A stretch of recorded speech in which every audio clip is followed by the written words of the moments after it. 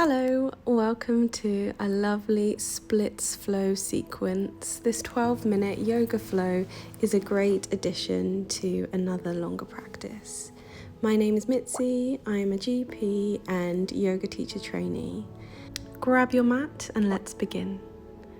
Starting at the front of your mat now, in Tadasana, mountain pose, you're going to feel really grounded through your feet, pressing into the floor, gently engaging the knees and the thighs, hips stacked over knees over ankles, shoulders have rolled up and down the back, palms gently facing forward. Feeling the length at the back of your neck, gently close your eyes and start to connect with your breath. Throughout our practice, we want to maintain an awareness of the inhales and exhales through our nose. So while we prepare for this practice, maybe you can notice the rise and fall of your chest, or how it feels as the air goes in and out through your nose. We want to maintain this awareness of our breath throughout our practice, as it will help us ease into these hip opening positions. On your next inhale, lift the arms up overhead, palms together. Exhale, forward fold. Inhale, halfway lift, hands to shins. Exhale, stepping the left foot back, uncurling the toes. In your low lunge, sinking through the hips, chest is up, gaze is lifted, heart is open, making sure you've got a 90-degree angle at your ankle and your knee. Staying here, or if you would like to lift your chest up, hands on your hips, and sink through your hips a little bit more, you should feel a slight deepening of the stretch here.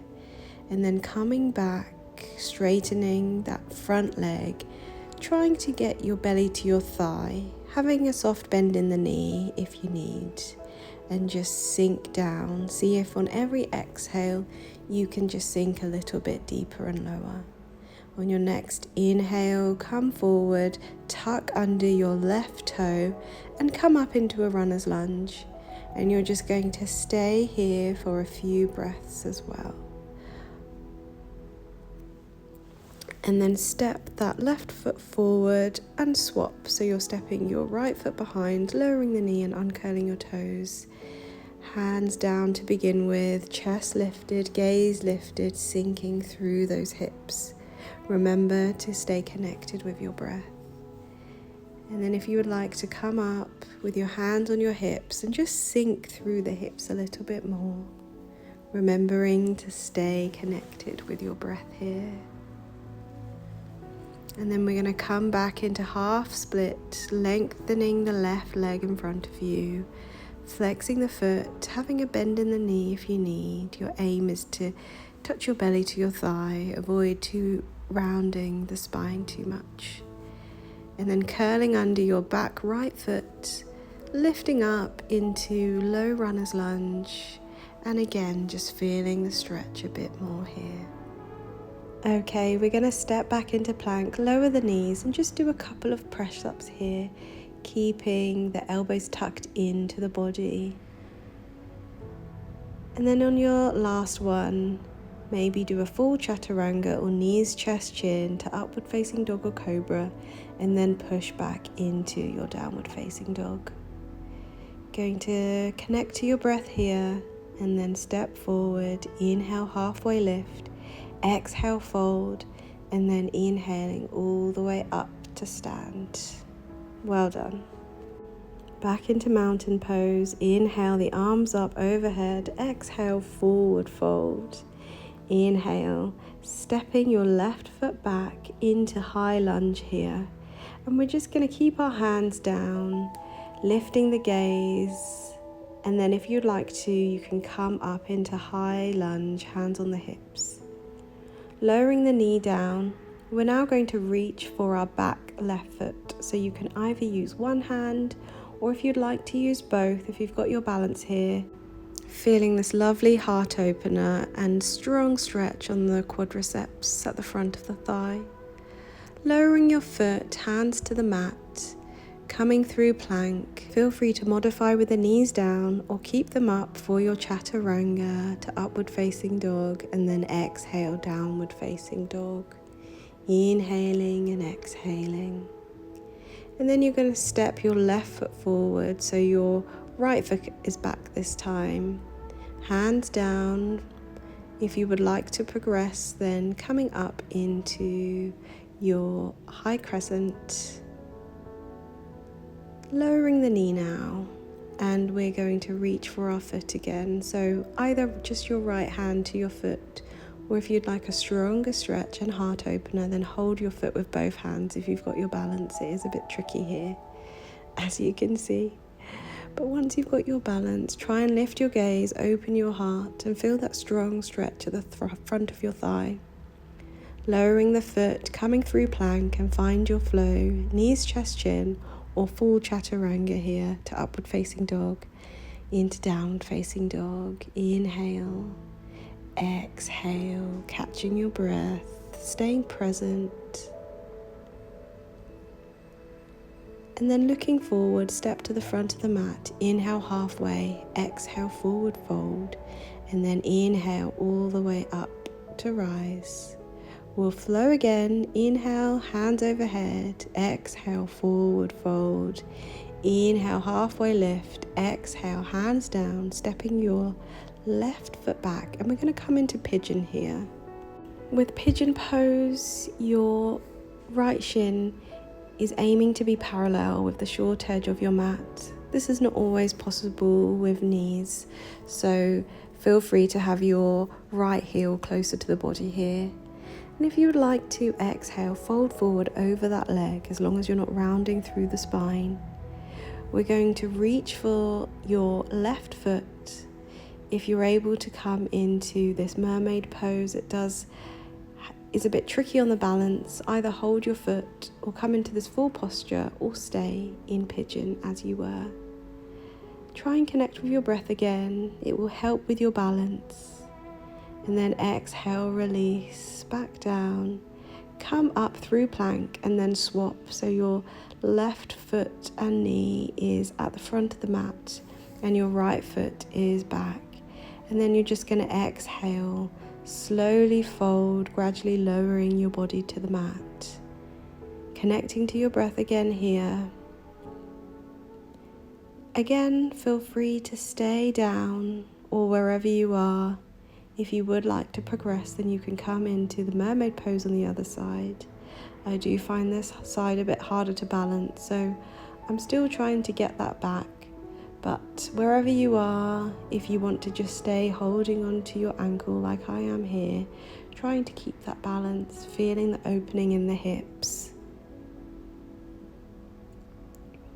Connecting with your breath, lowering the foot, lowering your body.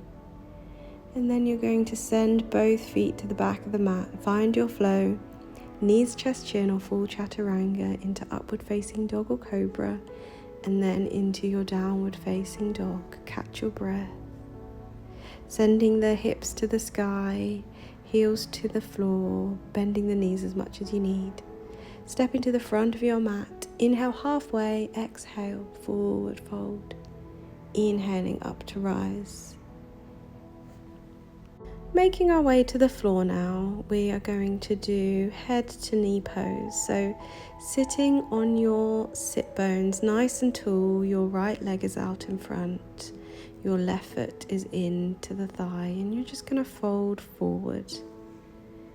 Connect to your breath, inhaling and exhaling.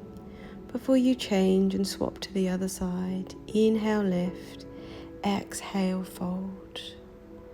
Inhale, exhale.